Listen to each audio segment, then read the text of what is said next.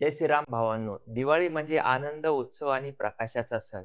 या सणातील प्रत्येक दिवसाला एक खास अर्थ आहे आणि त्यातला दुसरा दिवस म्हणजे बलिप्रतिपदा, ज्याला आपण दिवाळी पाडवा असंही म्हणतो. भावांनो, या दिवसामागे एक सुंदर पौराणिक कथा आहे.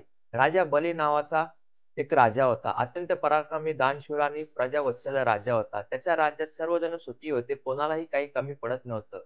पण त्याचा अभिमान वाढू लागला आणि देवांना भीती वाटली, की राजा बलीने स्वर्गावरही राज्य केलं तर काय होईल? तेव्हा भगवान विष्णूने वामन अवतार घेतला आणि एक लहानसा ब्राह्मण मुलगा म्हणून तो बलीकडे गेला आणि त्यांना 3 पावलांची भूमी मागितली. पहिल्या पावलात त्यांनी पृथ्वी व्यापली, दुसऱ्या पावलात आकाश व्यापले आणि तिसऱ्या पावलासाठी जागाच उरली नाही. तेव्हा राजा बलीने नम्रतेने स्वतःचे मस्तक पुढे केले आणि विष्णू प्रसन्न होऊन त्याला पाताळ लोकाचा अधिपती बनवले आणि सांगितले, "बली, तू वर्षातून एकदा पृथ्वीवर येऊन आपल्या प्रजेला भेट देऊ शकतोस." तर हाच तो दिवस आहे, त्याला आपण म्हणतो बलिप्रतिपदा.